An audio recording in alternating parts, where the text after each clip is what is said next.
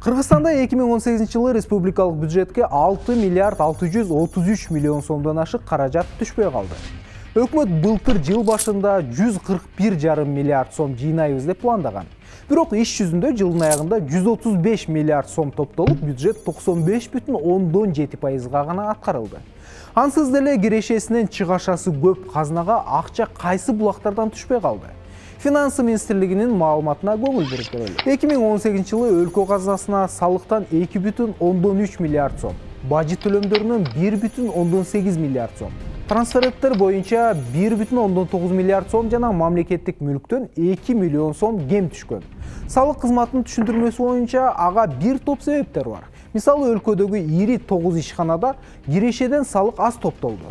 Алардын арасында China Petroleum, Казминералс Бозумчак, Финка, Алтын кен сыяктуу ири ишканалар салыкты аз төлөшкөн. Андан сырткары бир нече ишкана кошумча нарк салыгын белгиленгенден кем которушкан. Ал эми бажы кызматы болсо Евразия экономикалык биримдигине кирген өлкөлөрдөн келген товарлардан жыйналган төлөмдөр алдын ала божомолдонгон чектен аз болгондугун шылтоо катары айтууда. Кыргызстанда мындай көрүнүш көнүмүшкө айлангандай. Мисалы, 2017 жылыдагы 139 миллиард 889 миллион сом топтолот деп жылдын башында болжолдонсо, иш жүзүндө казынага 134 миллиард сом гана келип түшкөн. Башкача айтканда, мурдагы жылыда ишеним артылгандан 3,5 миллиард сомдон ашык акча аз түшкөн. Мунун себеби эмнеде? Өкмөт амбициялуу планды түзүп, ашыкча каражат топтоо милдетин коюп жатабы же бюджетке түшчү каражат чабал иштин айынан жыйналбай жатабы? Бийлик өкүлдөрүнүн да эксперттердин баамында буга башкы себеп чабал иш болууда. Казынага белгиленген каражатты толук жыйноо эмне үчүн маанилүү? Анткени пландалган каражат топтолсо бюджет тешигин бүтөө жеңил болот. Кыргыз бийлиги 2018 жылы коррупцияга каршы күрөштүн натыйжасы катары жемкорлордон кайра кайтарылган 1 миллиард 241 миллион сомго мектеп курууга ниеттенүүдө. Ал эми казынага түшпөй калган бир жылдык эле каражаттын суммасы 6 миллиард сомго жетүүдө. Мына ошол суммага мектеп сыяктуу өтө маанилүү канча жайды куруп, бюджет жыртыгын бүтөсө болорун эсептеп көрөлү.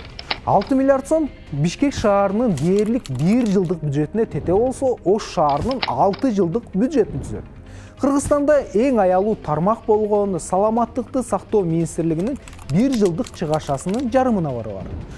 6 миллиард сомго учурда кулайын деп авариялык абалда турган өлкөдөгү 168 мектептин. Эгерде бир мектепти 100 миллионго кура турган болсок, 60-ын жаңыдан куруп коюуга болот.